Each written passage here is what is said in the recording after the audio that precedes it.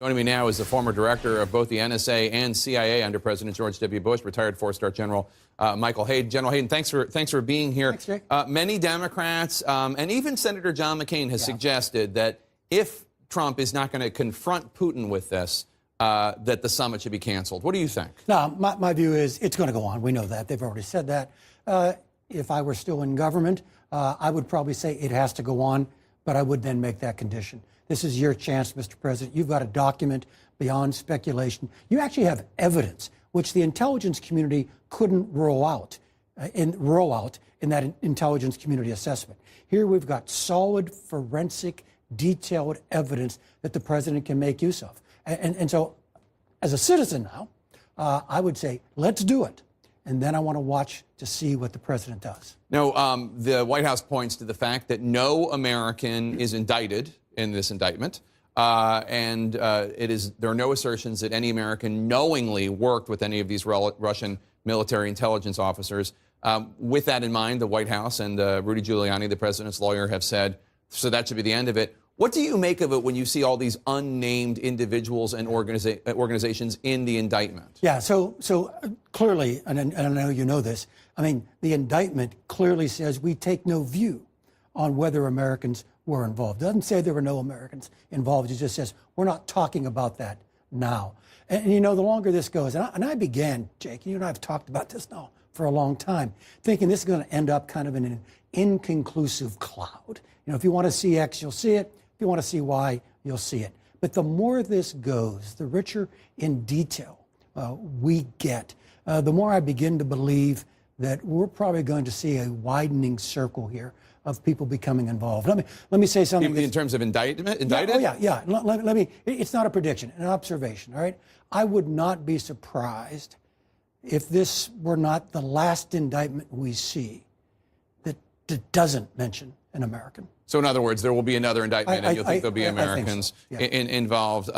Assuming the meeting goes off as planned, what do you think this indictment does in terms of the political support for President Trump's claim that this is all just nonsense? When his own administration, the Justice Department, is like saying, no, here's fact one, fact two, fact three. So I read the indictment. It's a fascinating read, and it's not that long. People ought to take a look at it. And my first reaction as I began to read it was, yeah, like we said, right? Because it's absolutely consistent with the assessment of the intelligence community. But it has magnificent, what I think is forensic detail that the Bureau was able to put together. Who did what, when, at what time, with what tools, for what purpose, against what target. And Jake, to kind of spin that wheel one more time, this is largely, I think, forensic information. Imagine what the Mueller team has available with regard to this activity from other sources that they would clearly not choose to put in what would be a public indictment. In other words, this is, in your tradecraft, you would say signals intelligence, not necessarily human intelligence. It signals, yes, sort of. Okay. It signals intelligence after the fact. It's crime scene intelligence. Okay. It's going back through the logs. It's going back through otherwise available records, but very hard to do, very massive, but you've seen what they've put together.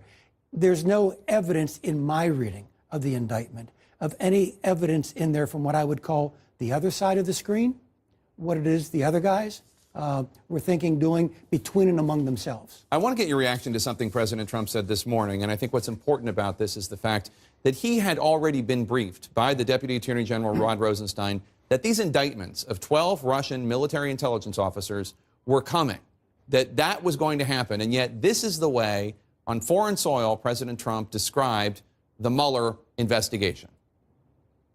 I think that we're being hurt very badly by the, I would call it the witch hunt. I would call it the rigged witch hunt. I think that really hurts our country, and it really hurts our relationship with Russia. I think that we would have a chance to have a very good relationship with Russia and a very good relationship with President Putin. So that's how he's talking about the investigation into a Russian cyber attack against the United States. So it's further evidence of a style of speaking and acting that I think we've seen evident in the president.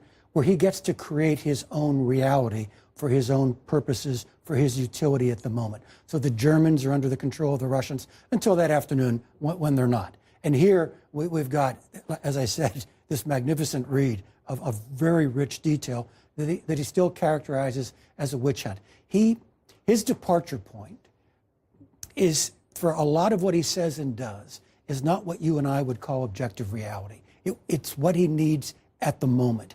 And some people, when I get into arguments about this, say, but look what he does, not what he says. And my point is, what a candidate or what a president says is really important.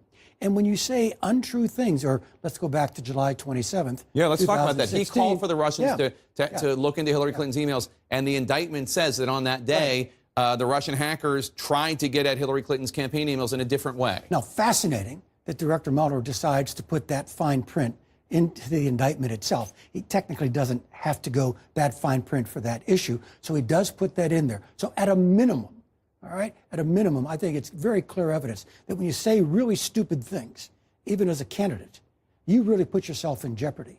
And at a minimum, that's where the president is now. So the Russians took him seriously and literally. All right. Could be. Michael Hayden, thank you so much.